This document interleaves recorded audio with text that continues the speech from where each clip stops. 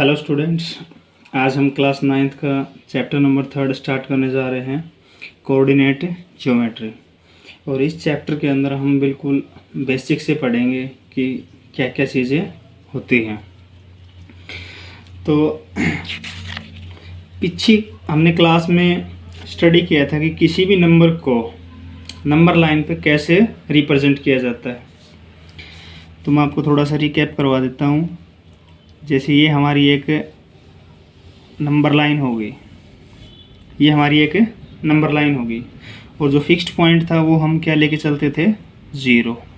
जो fixed point था वो हम क्या लेके चलते थे, ज़ीरो। और नंबर लाइन पे ज़ीरो को इस साइड में जो नंबर थे वो अपने पॉजिटिव नंबर हुआ करते थे, एंड शोन, और इस साइड में अपने negative number, -3, -4, -5 and so on. अगर मान लो हमें एक नंबर दिया हुआ है, फॉर एग्जांपल 3, इस 3 को हमें क्या करना है, नंबर लाइन पर रिप्रेजेंट करना है। तो नंबर लाइन पर रिप्रेजेंट करने के लिए हम क्या देखेंगे, जो फिक्स्ड पॉइंट है, यानी कि जो ओरिजिन भी कह सकते हैं हम इसको, O। तो इस फिक्स्ड पॉइंट से कितनी डिस्टेंस है, प्लस का 3। तो यानी कि यहाँ से हम काउंट करेंगे 3 स्टेप में, 1 2 3। तो इसका मतलब इसको हम यहाँ पे क्या करते थे, रिप्रेजेंट करते थे। ठीक, नंबर लाइन पर रिप्रेजेंट करने के लिए हमें सिर्फ और सिर्फ एक ही इंफॉर्मेशन की जरूरत पड़ती है। लेकिन कोऑर्डिनेट ज्योमेट्री के अंदर हमें 2 इंफॉर्मेशन की जरूरत पड़ती है। कैसी है, चलिए देखते हैं एक एग्जांपल से। जैसे हम मान लेते हैं कि ये एक कॉलोनी है और इसमें कुछ स्ट्रीट हैं, गलियां हैं।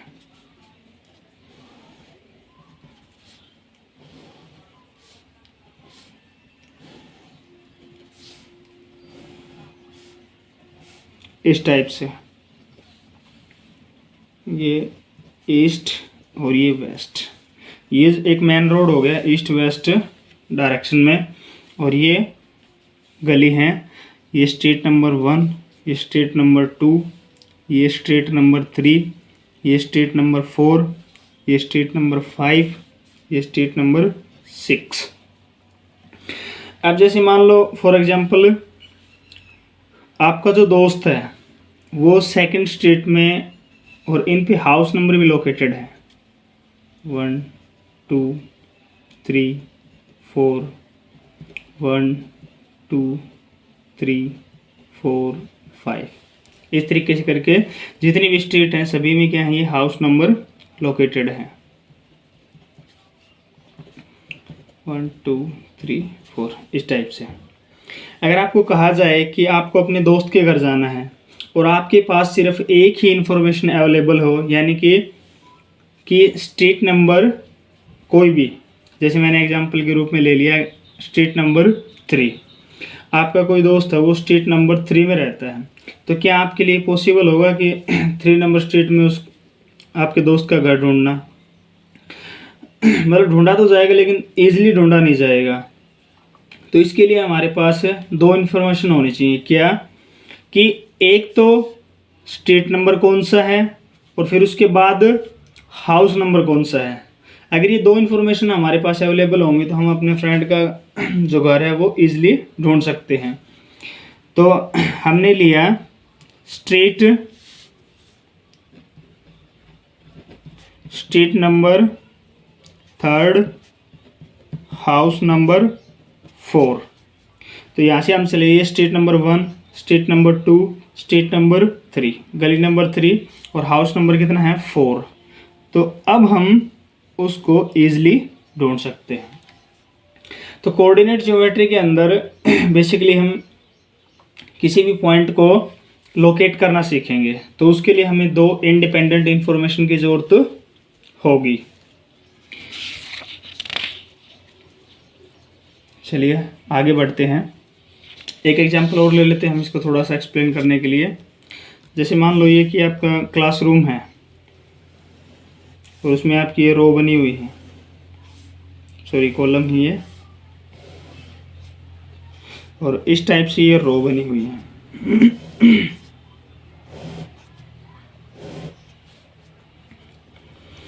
अब मान लीजिए आप कोई स्टूडेंट इस पोजीशन पे बैठा है, इसको हमने नाम दे दिया first column, second column, third column, fourth column, और ये हो गया first row, second row, third row, और ये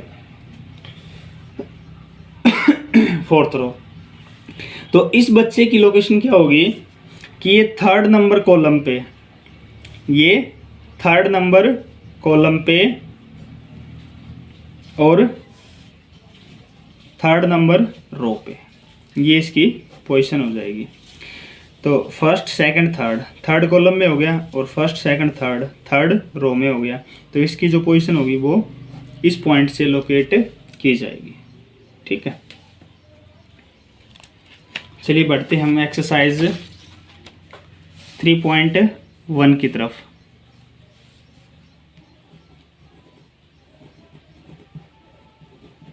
exercise 3.1,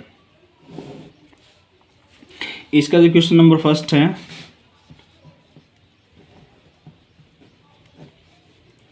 how will you describe the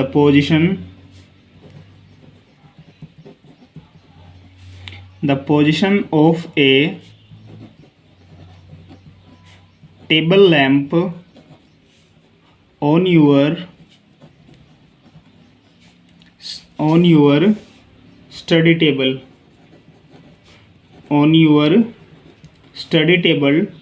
to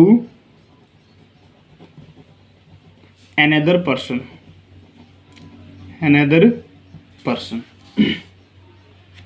जैसे मान लो आप जिस स्टडी टेबल पे आप पढ़ाई कर रहे हैं, वहाँ पे उस स्टडी टेबल पे क्या है कि लैंप रखा हुआ है। ठीक है, तो किसी दूसरे व्यक्ति को आप उस लैंप की पोजीशन कैसे डिस्क्राइब करोगे। ठीक है, चलिए करते हैं इसका सॉल्यूशन। तो इसके लिए मैं क्या करता हूँ, एक टेबल रफ ड्रॉ कर लेता हूँ मैं।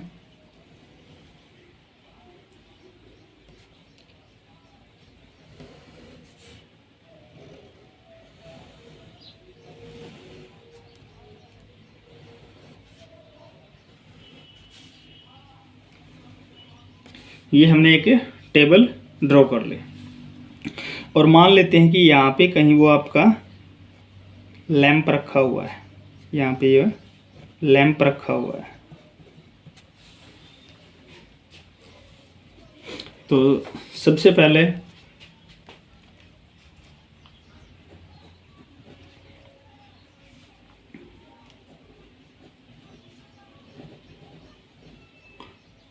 to locate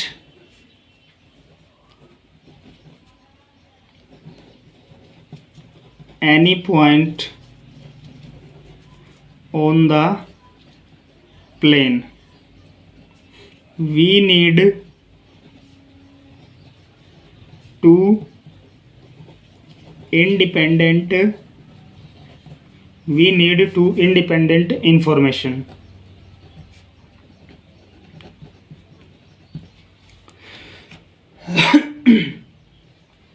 किसी भी पॉइंट को लोकेट करने के लिए हमें दो इंडिपेंडेंट इंफॉर्मेशन की जरूरत पड़ती है।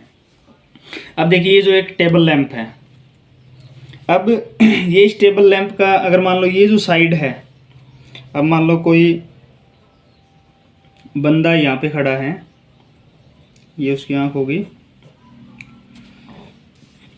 तो इस व्यक्ति के लिए ये जो साइड है, इसको हमने क्या एज्यूम कर लिया, तो इस व्यक्ति की ये साइड क्या होगी, नज़दीक होगी। पहले तो ये बताइए कि अगर मान लो ये लैंप बीच में रखा है, तो आप इसको कैसे डिस्क्राइब करोगे। आप ऐसे डिस्क्राइब करोगे कि सर ये जो लेफ़्ट एज है उसके थोड़ा सा नज़दीक है, जो अपर हाफ है टेबल का उसमें लाई कर रहा है। तो मतलब ये क्या है कि अपनी एग्जैक्ट लोकेशन नहीं होगी इसकी लैंप की। तो हम क्या करेंगे, इसको हमने मान लिया nearer short edge, nearer short edge, नज़दीक वाली जो छोटी साइड है वो, और इसको हम मान लेंगे फर्दर शॉर्ट एज, जो छोटा दूर वाला किनारा, और ये हो जाएगी left long edge, left long edge, और ये हो जाएगी अपने पास राइट लॉन्ग एज, इस टाइप से। अब हम मान लेते हैं कि इस लैंप की यहाँ से जो डिस्टेंस है, यहाँ से जो डिस्टेंस है, मैंने सपोज करो ये मान ली 40 सेंटीमीटर, और यहाँ से इसकी जो ये डिस्टेंस है ये मान ली मैंने 70 सेंटीमीटर। ठीक है, तो इसको हम कैसे लिखेंगे अब, पोजीशन ऑफ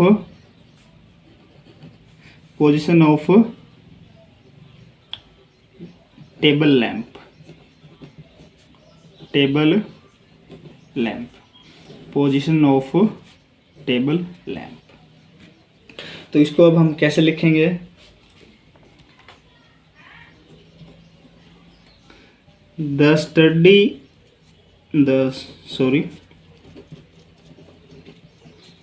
table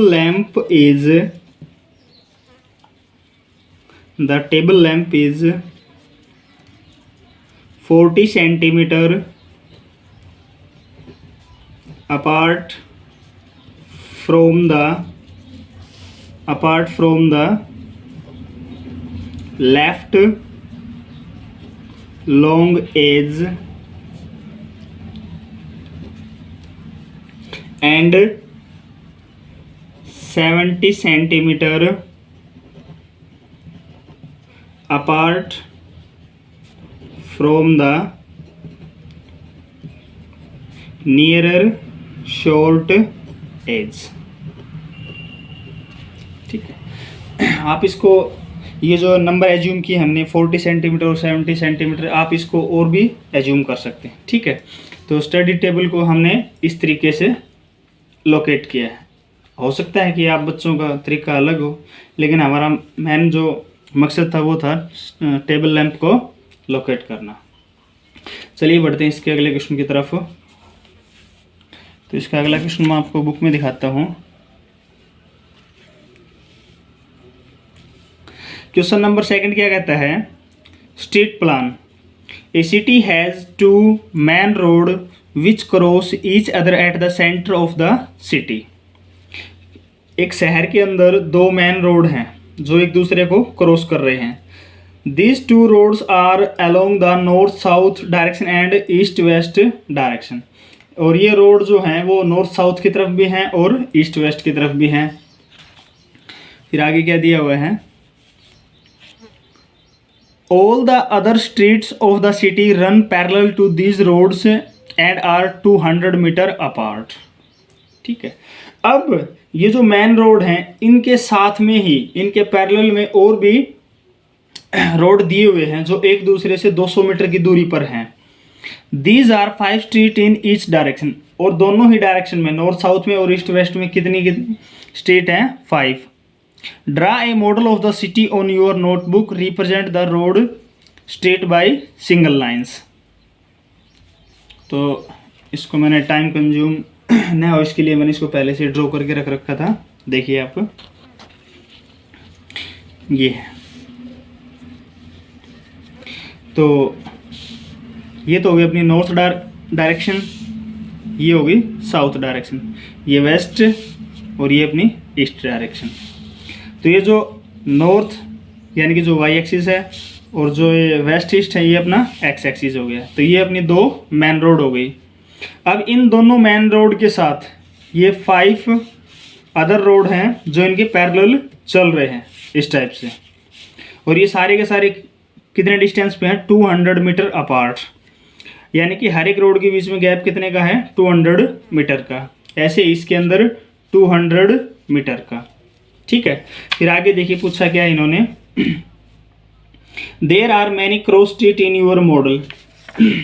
अब देखिए क्रॉस स्ट्रीट तो बनेंगे, जैसे ये हो गया, ये भी एक क्रॉस स्ट्रीट हो गया, ये भी एक क्रॉस स्ट्रीट हो गया, ये भी एक क्रॉस स्ट्रीट हो गया, ये भी एक क्रॉस स्ट्रीट हो गया। तो इस टाइप से आगे देखिए, a particular cross street is made by two street, one running in north south direction and another in east west direction. Each cross street is refer to in the following manner if the second street running in north south direction and fifth in the east west direction meet at a crossing, then we call it the cross street 2 5। देखिए मैं आपको समझा देता हूँ। अभी question क्या कह रहा है कि दो स्ट्रीट है अपने पास, ठीक है, दो स्ट्रीट अपने पास है।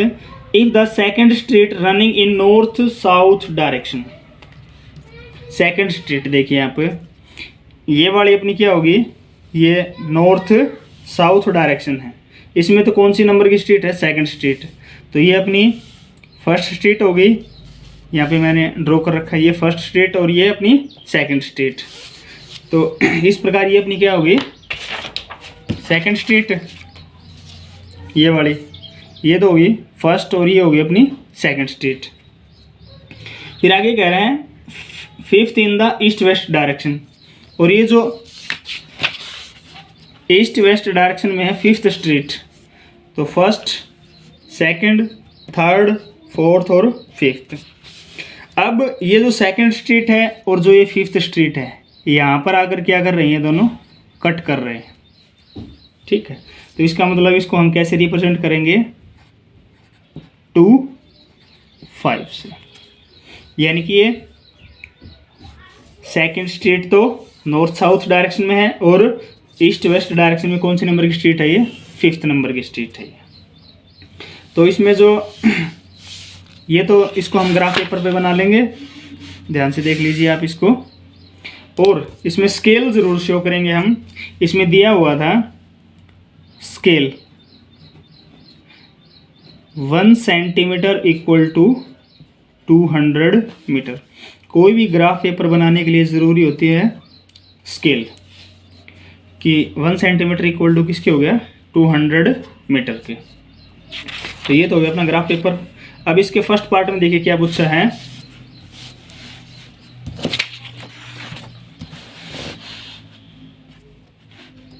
How many cross street can be refer to as 4 3। तो इसका जो फर्स्ट पार्ट है उसमें पूछा है how many cross street can be referred to as 4 3। अब इन्होंने एक ये पॉइंट दे दिया 4 3, तो इसको रेफर करने वाली कितनी स्ट्रीट होंगी, 4 3। तो सबसे पहले देखिए हम नॉर्थ साउथ डायरेक्शन लेंगे इसी के हिसाब से, यानी कि जो पहला जो पॉइंट है ये जो 4 है ये किसको डिस्क्राइब करेगा, नॉर्थ साउथ डायरेक्शन वाली रोड को।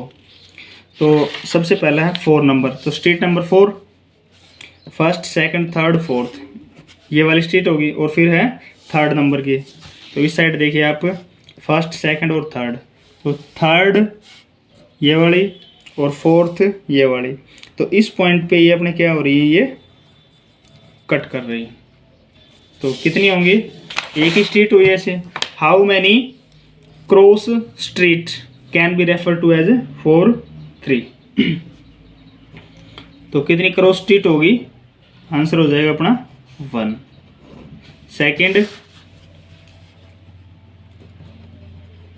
How many cross street can B